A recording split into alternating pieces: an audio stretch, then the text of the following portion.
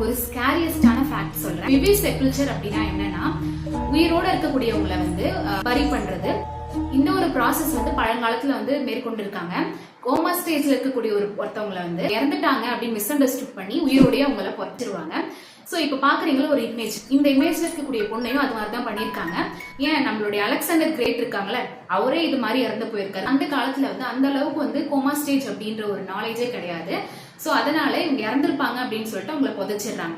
Prevent பண்றதுக்காக அவங்க வந்து ஒரு சேஃப்டி காஃபன் அப்படின்னு மேக் பண்றாங்க. ரோப் மாதிரி கொடுத்துருவாங்களாம். அது இறந்தவங்க அப்படின்னு சொல்லிட்டு உள்ளார வச்சிருக்காங்கல்ல, அவங்க கையில படுற மாதிரி ஒரு ரோப் கொடுத்து, சப்போஸ் அவங்க வந்து கான்சியஸ் ஆயிட்டாங்க அப்படின்னா அந்த ரோப்பை பிடிச்சி எடுத்தோம் அப்படின்னா பிளாக் மாதிரி ஒண்ணு மேல வந்து தூக்கிருக்காங்க.